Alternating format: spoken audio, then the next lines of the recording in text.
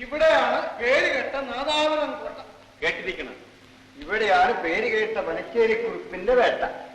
നാടിനും നാട്ടാർക്കും ഉടയവനായി പരമവിഡ്ഢിയായ നാടുവാഴുള്ളത് ഇവിടെ തന്നെയാണ്. കൊള്ളാം, 3 പേരും ചേർന്ന ഇവിടെ കുത്തിയിരിപ്പാണോ? ഇനി തിരയാൻ ഇടമില്ല. എന്തുണ്ടായി? പനച്ചേരി കുറിപ്പിന് വേണ്ടി വയനാട്ടിൽ നിന്ന് പെണ്ണുങ്ങളെ കൊണ്ടുവരുന്നുണ്ട്.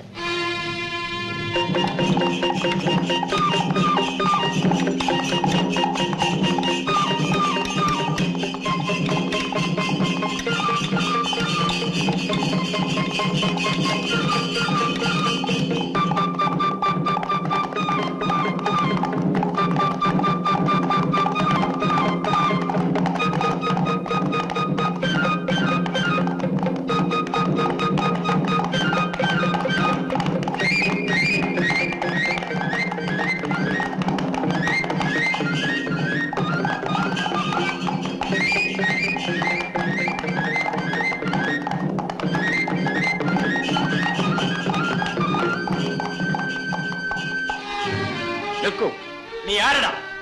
ഞാൻ ആരുമാകട്ടെ, ഈ പാവപ്പെട്ട ആദിവാസി പെണ്ണുങ്ങൾ എങ്ങോട്ട് കൊണ്ടുപോകുന്നു? അവരെന്ത് കുറ്റം ചെയ്തു? മാറും. എന്റെ പനച്ചേരി യജമാനി അറിഞ്ഞാൽ എന്ത് ചെയ്യുമെന്നറിയാം. ഞാൻ കുട്ടോത്ത് നമ്പിയാണ്. ഓ, കുട്ടോത്ത് നമ്പി. കറുപ്പാ കണ്ണു, ഇദ്ദേഹം കുട്ടോത്ത് നമ്പിയാണ്.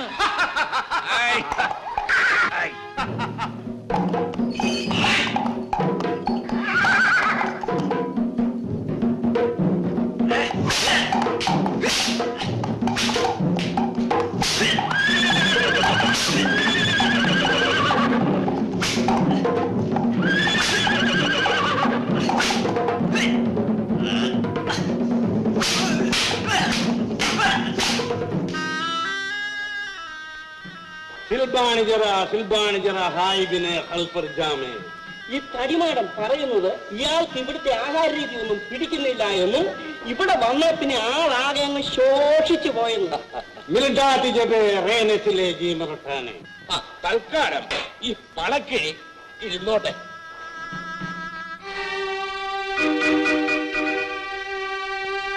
അനിച്ചോ? ഇല്ല, ഞങ്ങളുണ്ട്.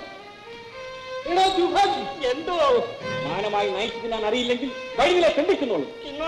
ഇന്നാലിപ്പണി കൂട്ടി വെക്കണ്ട.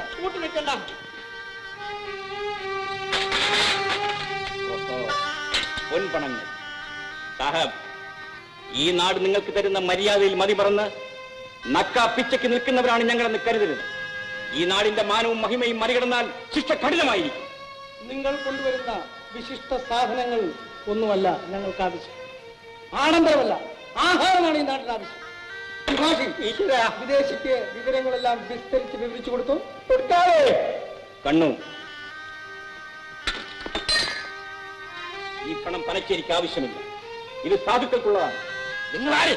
പനച്ചേരി, നിങ്ങൾക്ക് ഞങ്ങൾ താക്കീത് നൽകുന്നു. ആരെതാണ് ചോദിച്ചത്? ഇതാ നോക്കിക്കൊള്ളു.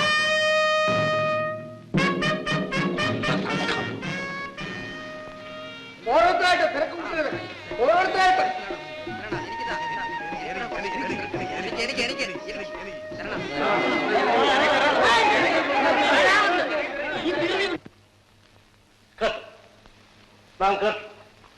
വിസ്തരിച്ച് തന്നെ കേട്ടു. നമുക്ക് മാറാവി പണയാറില്ല. പനച്ചേരി പറഞ്ഞതിന്റെ ചുരുക്കം ഇതാ പിടിച്ചോളി.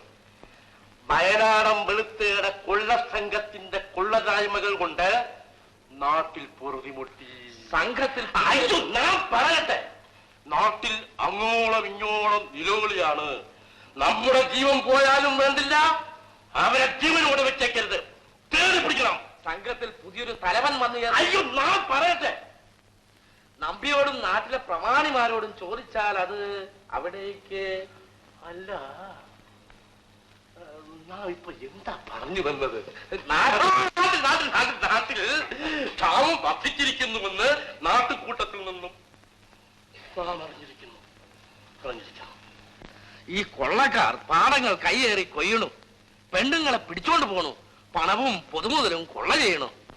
അപ്പോൾ സാധുക്കൾക്ക് ഭക്ഷണം കിട്ടാതെ ആകുന്നു. വലിയ വലിയ ജന്മികൾ ധാന്യങ്ങൾ ഒതുക്കുന്നു. ഇവിടെ നിന്ന് കാര്യമായി ഒന്ന് ചിന്തിച്ച് കൊള്ളക്കാരെ കണ്ടുപിടിച്ച് ശിക്ഷിക്കാനുള്ള ഏർപ്പാടുകൾ ചെയ്യണം. നാട്ടുകൂട്ടം ഇവിടുത്തെ അലസതയെപ്പറ്റി കുറ്റപ്പെടുത്തുന്നത് കേൾക്കുമ്പോൾ പനച്ചേരിക്ക് കേട്ടു നിൽക്കാനാവില്ല. അതുകൊണ്ട് ഉള്ളവരിൽ നിന്നും ന്യായമായ വില കൊടുത്ത് അരിയും മറ്റു ധാന്യങ്ങളും വാങ്ങി നാം സംഭരിക്കണം. അടിയന്തരമായി ചെയ്യേണ്ടതും നാം പറഞ്ഞു വന്നതും കൊള്ളസംഘത്തെ ആ ധാന്യങ്ങൾ വേണ്ടവർക്ക് വേണ്ടതുപോലെ നാം വിതരണം ചെയ്യും. കൊള്ളക്കാർ നെല്ലറകൾ കുത്തി തുറന്നു വരും. അങ്ങനെയും വരാമല്ലോ, കുത്തിയും തുറക്കാം. അതാണ് പറഞ്ഞത്. അതിനാണല്ലോ പനച്ചേരിയും കുട്ടോത്ത് തമ്പിയും കാവൽക്കാരും. ഉറങ്ങാൻ ഇരുന്ന് അടകൾക്ക് കാവൽ നിന്നോളി, നമുക്ക് സന്തോഷമാണ്.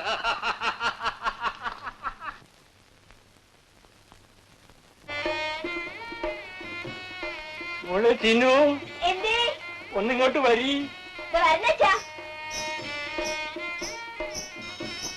മോളിങ്ങോട്ട് ഇരിക്കും, നമ്മളൊന്ന് കൺകുതിരെ കാണിട്ട്. ഇപ്പൊ നമ്മുടെ ചിന്നു ആദിരാജാവിന്റെ ഓമന മകൾ കുഞ്ഞിക്കന്യെ പോലുണ്ട്. ഏതോ പുള്ളോത്തിന്റെ പക്കൽ നിന്ന് നാളെ തവിട് കൊടുത്തന്നെ വാങ്ങിയതാണെന്ന് നാട്ടുകാരൊക്കെ കളിയാക്കണം. ആറ്റുവെള്ളത്തിൽ ഒഴുകി വന്നാണെന്നും പറയണം. ആരെന്തും പറഞ്ഞോട്ടെ മോളെ, മാരിയമ്മ തന്നതാ ഞങ്ങൾക്ക്. എന്റെ ചിന്നുമോള് ഭാഗ്യമുള്ളവളാ. അതുകൊണ്ടല്ലേ അലക്കാനായി എത്തിയ പെണ്ണിനെ നാദാപുരം കോട്ടയിലെ പൊന്നു തമ്പുരാട്ടി ഇഷ്ടപ്പെണ്ണായി എടുത്തത്. നേരം നന്നാവുമ്പോ എല്ലാം നടക്കും മോളെ. എന്നും അന്തി കറക്കും മുമ്പ് കുടിയിലെത്തണേ. നീ വരുന്നത് വരെ ഞങ്ങൾ ഈ പട്ടും നോക്കിയിരിക്കും. പെണ്ണ് പോട്ടെ, ദൂരം ഒത്തിരി ഉണ്ട്. കൊള്ളക്കാരും തെമ്മാടികളും ഉള്ള നാടാണ്. സൂക്ഷിക്കണേ മോളെ. പോയിട്ട് വരും.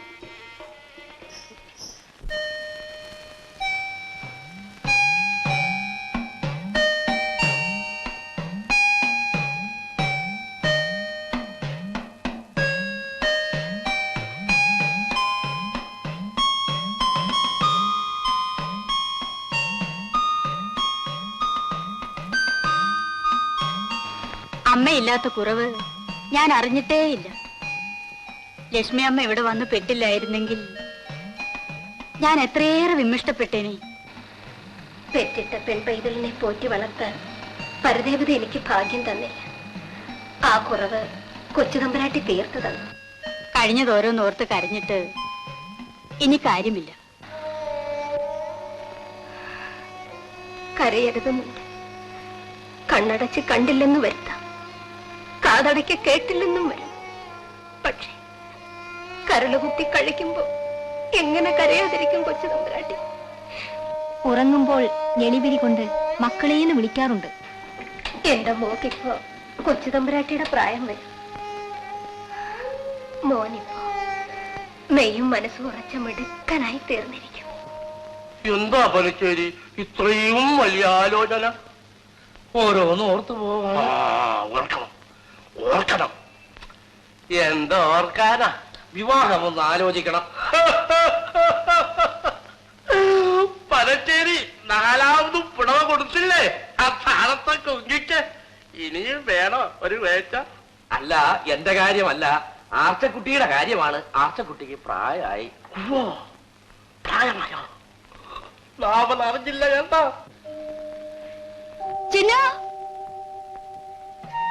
എന്താ വാതൊക്കെ നിൽപ്പ്? എന്റെ ഇഷ്ടത്തോഴിയല്ലേ, അകത്തേക്ക് വരൂ. വേണ്ടായി, ഞാനിവിടെ നിന്നോളാമേ. ഓ ലക്ഷ്മി അമ്മേ, നിങ്ങൾ വിളിക്കാത്തത് കൊണ്ടാ ചിന്നു അകത്തേക്ക് വരാത്തത്. അറയ്ക്കകത്തേക്ക് കടക്കാൻ അവൾക്കൊരറപ്പാണ്. വണ്ണാത്തിയാണെന്ന് നിലവ് മാറ്റിയെടുക്കേണ്ടത് അവള് തന്നെയാണ്. കൊച്ചു തമ്പുരാട്ടി, ഇവളുടെ ഈ ചുരുക്കുവസ്ത്രമൊക്കെ ഒന്ന് മാറ്റി ഇവളെ നമുക്ക് മുണ്ടുടുപ്പിക്കണം. അകത്തേക്ക് വരൂ ചിന്നു. വേണ്ട കൊച്ചു തമ്പുരാട്ടി, വരാനോ പറഞ്ഞത്? വേണ്ട. വരൂ ചിന്നു. വേണ്ട. വേണ്ട. വേദനിച്ചു ചിന്നു? എന്നോട് പിണങ്ങിയോ? ചിന്നു, ചിന്നു ഒന്ന് നോക്കൂ. ആ ആ അങ്ങനെ എങ്ങനെ ചിരിക്കൂ, ചിരിക്കൂ. ലക്ഷ്മി, ലക്ഷ്മി അറിഞ്ഞോ?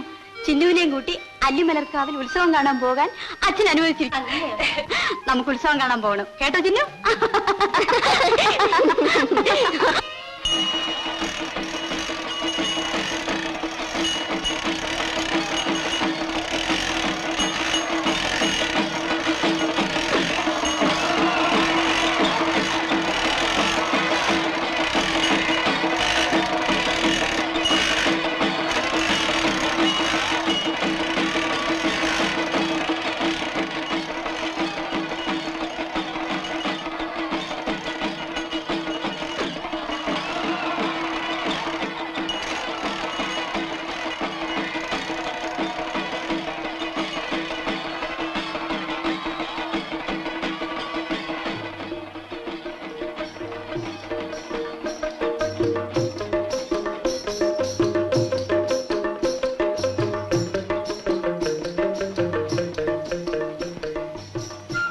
എന്താ നോക്കി അമ്പരം നിൽക്കുന്നത്?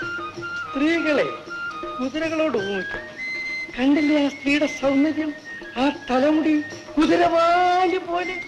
തിരിഞ്ഞു നിന്നാൽ അവളുടെ മുഖം കുതിരമുഖമായാലോ? അതൊരിക്കലും ആയിരിക്കും. ഏതാ ഈ പെണ്ണ്? നമ്മുടെ കൊട്ടാരം കുതിരവൈദ്യന്റെ മകൾ മാളു. ഓഹോ, കൊട്ടാരം കുതിരവൈദ്യന്റെ മകളായതുകൊണ്ടായിരിക്കും പെണ്ണ് കുതിരയെ പോലെ ഇരിക്കുന്നത്. ചുമ്മാ തമാശ പറയായിരിക്കും അമ്പാടി. എനിക്ക് അവളെ ഒന്ന് കാണണല്ലോ, എന്താ ഒരു മാർഗം? നേരെ അവളുടെ വീട്ടിൽ ചെല്ലണം.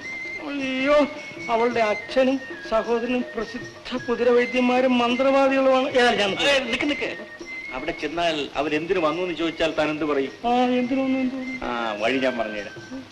ഈ കുതിരയുടെ വേഗത കൂടാനുള്ള ഒരു സിദ്ധൌഷധമുണ്ട്. അത് എനിക്ക് വേണ്ടി താൻ അവരുടെ പക്കൽ നിന്നും പോയി വാങ്ങിച്ചുണ്ട്.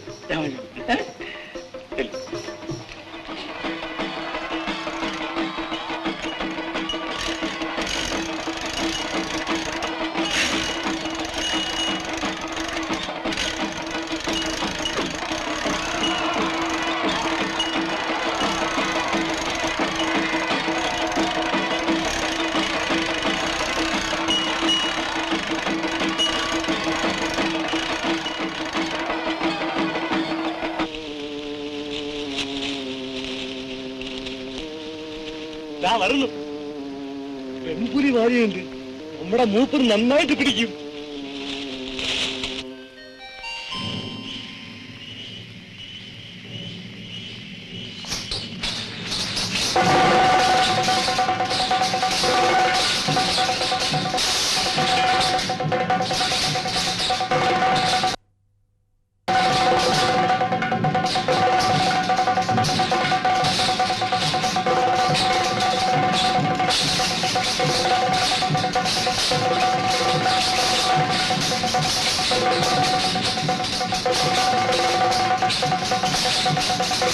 Thank you.